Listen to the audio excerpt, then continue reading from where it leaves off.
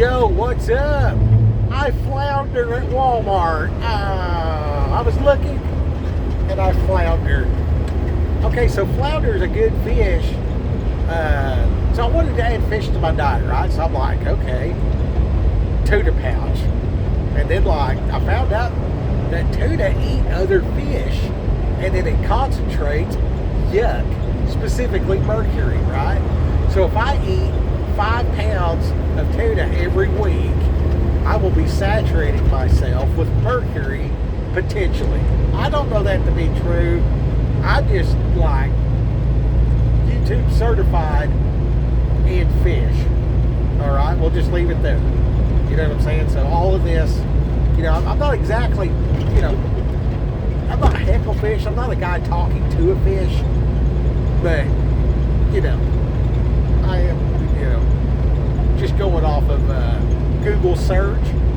People say they're doing their research. A different train of thought. Are you really what is your research? Are you watching YouTube videos and Googling things? Or are you, do you have the Encyclopedia Britannica from 1984? Seeing what they said then versus what the computer says now? That's, proven to be inaccurate on 1,000 points? I don't know. So, my research consists of, that's common sense. That makes sense. That adds up. That's probably true. You know what I mean? And I'm just making my decisions for my health based off of the evidence I find that sounds like evidence and not a sales tactic or propaganda, right? Nobody's trying to sell me on eat mercury. Mercury bad. Fish have mercury. Fish in ponds are, in farmed fish, and then Fukushima. So radiation in fish and all this other stuff seemed like I ought to look at it. So I looked at it, and there's actually a place called Sardinia, and in Sardinia they live a long time because they eat sardines. Sardines are little and they're high in protein, stuff like that, so that's real good. They also eat the head. They eat the fish heads, including the eyeballs. Crazy note, looking into this, one guy was stranded for a long time, and he said, I think I lost my mind because I started catching the fish and I just was eating the eyeballs of the fish instead of eating the whole fish. And the nutrition guy's like, no, the eyeballs have a certain nutrition that your body was yearning. So, you were hungry for fish eyeballs to save your life. And it's okay. I don't think I've ever eaten a fish head. I believe the phrase, if you're sensitive, close your ears.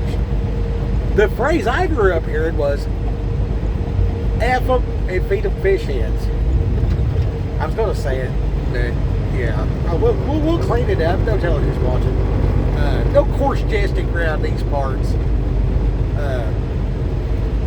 Get better, right? Anyway, so mercury bad. What fish does not have mercury? Looks like the small ones and the ones that don't eat other fish to concentrate the mercury and whatever else might be in there.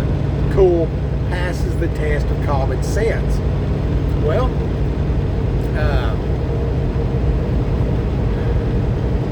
then you got liver. I mean, like liver. Okay, liver gets stuff out of you. Okay, so it's okay to eat the liver of a cow because it's designed to remove the problem. It's not concentrating the problem in it unless you have a fatty liver. The way that you can tell is, does it have green spots on the liver? Don't eat that. If it's a nice deep red and it's sliced and frozen and you bought it at the store and it was $4 for a pound of beef liver, calf liver, whatever, that's the stuff you want to eat. The fresh, like it, to be honest with you. I think when I cut it up and add it to my food, the frozen's better. And it's frozen. So, the chances of it sitting there going bad, next to zero. So, I like the frozen meat, especially the frozen liver. The frozen liver cooked with other meat tastes better to me, the way I cook it and eat it. If I present you with some crumbled up meat with some cheese on top of it for you to eat with a fork, you're probably not going to know what type of critter it is. And if you eat it without asking a question, cool, you'll love it. Everybody does. If you ask me what's in it and I start telling you all this crazy shit, you're going to be grossed out and you'll psych yourself out before you ever eat it. You know what I mean? Anyways, back to the fish. Okay, so the mercury levels in the fish are a problem. Okay, so tuna's a big fish, a swordfish, all these predatory fish. I would go so far as to say bass and perch for your fresh waters and stuff like that. So, shad, and you just go down there by the river, catch the shad running, take a stick. I've done this. Hit the water while the shad are running up the bank, like right there at the Disney Dam. You get on the south side of the dam, you go on the far side, you got to come in on the east side, go down past all the rock crawling and all that. You get down there, and you'll see the shad running. You take a stick. You want to get a stick about 6 to 8 foot long, about as big around as your wrist. You hit the water, and you'll knock 6 to 8 of them shad up on the deal. Now, the shad is not a sardine. They're bigger in size, but it's the same type. They're not a predatory. They're more of they might be predatory. I don't know, but they're little. And they don't live very long, so whatever's concentrating into the big predator fish, probably not in the shad. I have no way to back that up. Just common sense country guy. This is what I've done. I personally was hungry, did not have a fishing pole, and put 3 shad in some river water that I filtered with a shirt, put can, pried the lid open, ate the mixed vegetables, put the water and the 3 shad in there, set it on the fire until it boiled. Oh, I put my shirt over the thing to get the water, and ate the shad. You know what I mean? And I just left it boiling. I took it out, it was a little crunchy, threw it back in there, put it back in there until like it wasn't crunchy no more. You know what I mean? Because like it's a little fish and you boil it for a while and the bones will get soft enough you just chew the whole thing up. The head, everything. Like remove nothing from this shad. It is a whole fish. It was alive. I hit it with a stick. I boiled it until everything was cooked and soft enough to chew up and swallow. And that was dinner. And you can do that, you know what I mean? It's better if you just use it for fish bait and you just hook the subbitch on there and cast it down the middle and catch a bigger fish.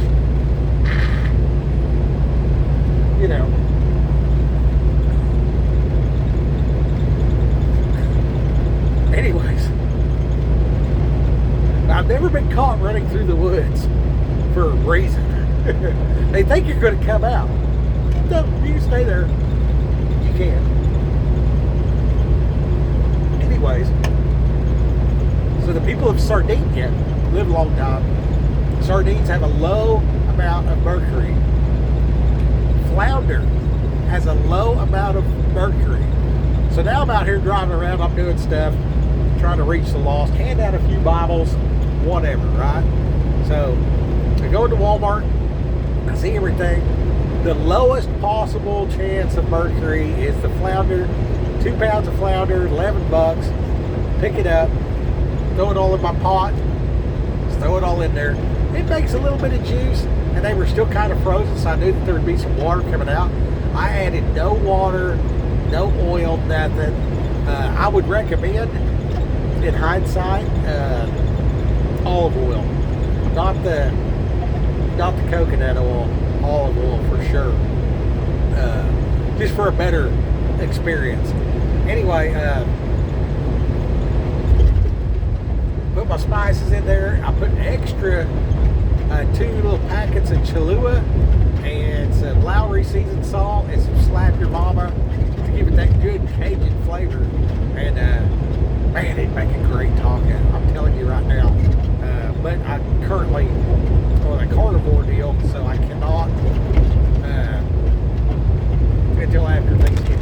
So, anyways, so I'm looking at this thing, and it's like 0.02 parts per million mercury. It appeared that it said that there's a difference between the summer flounder and the winter flounder. Now, the summer flounder is about double. It was like 62 parts per million, and the winter is like 37 parts per million.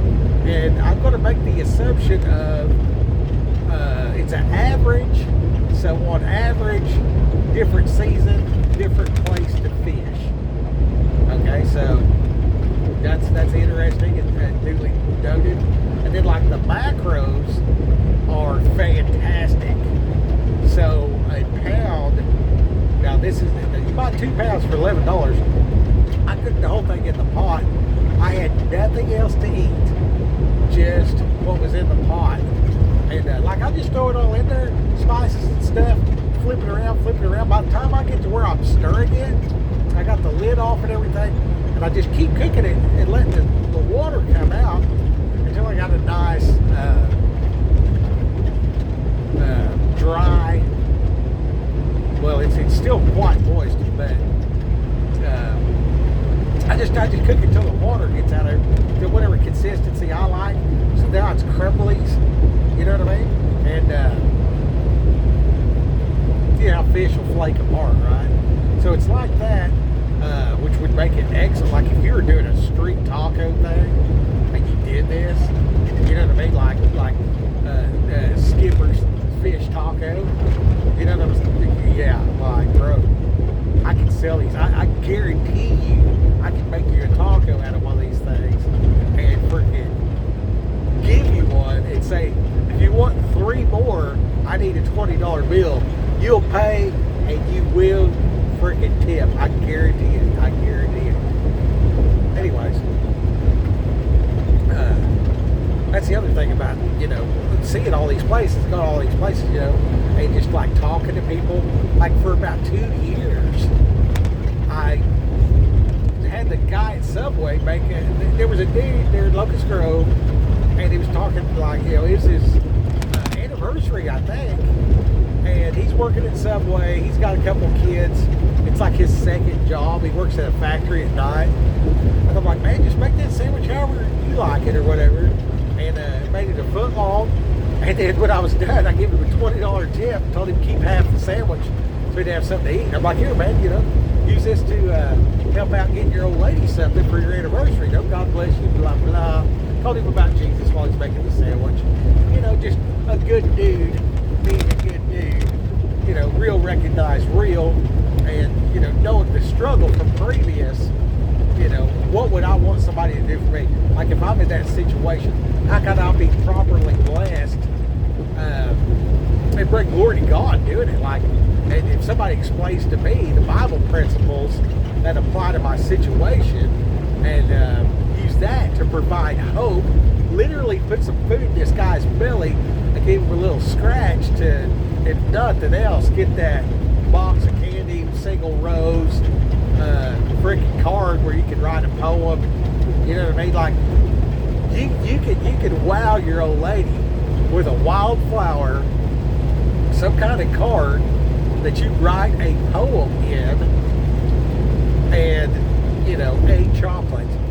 I mean, like literally, like one Hershey's Kiss, a wildflower, a freaking I love you, whatever sentimental card that you write a poem in. Like, dude, you can do all that for $20. You see what I'm saying? You can do every bit of what I just said for $20 and walk through the door on your anniversary and make a memory. make a baby. I mean, let's just be fruitful and multiply here every chance you get, because, you know, follow the commands. Anyway, back to this fish.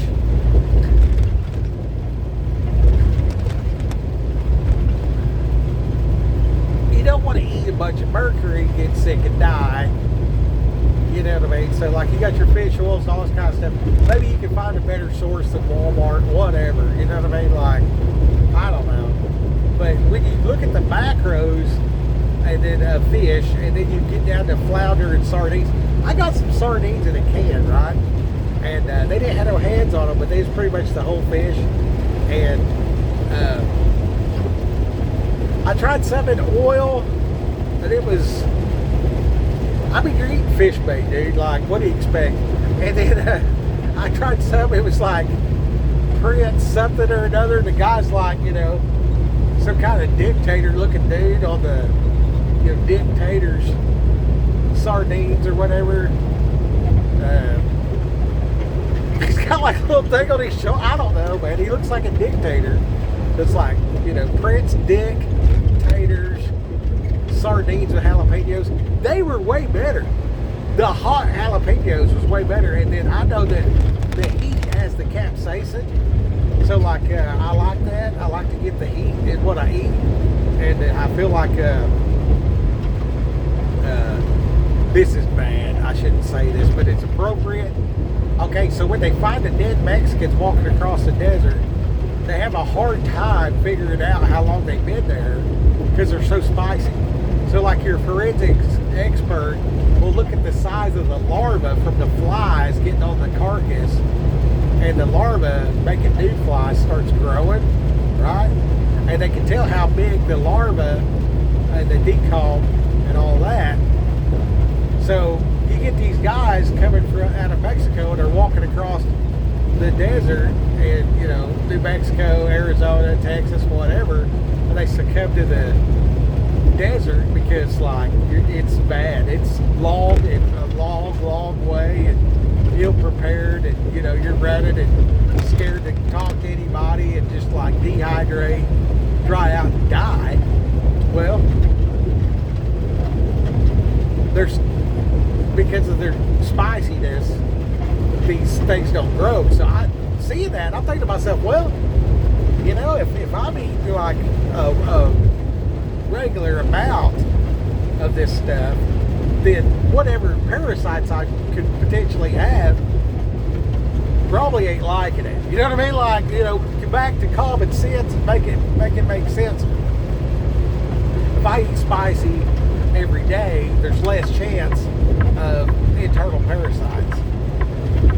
Common sense would lead me to believe that. I don't know if it's true or not or whatever, you know what I mean? So like, you know, and then there's fasting.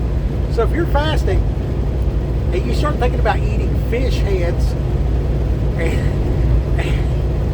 and decomposition and maggots, that'll help you, like when you're hungry. You know what I mean? Like if say you're going to do a 72-hour fast, you're gonna have some phases. Then you're going to feel great. But leading up to that, lick your finger, touch the salt, lick your finger again, drink a bottle of water. Okay? Give it 20 minutes.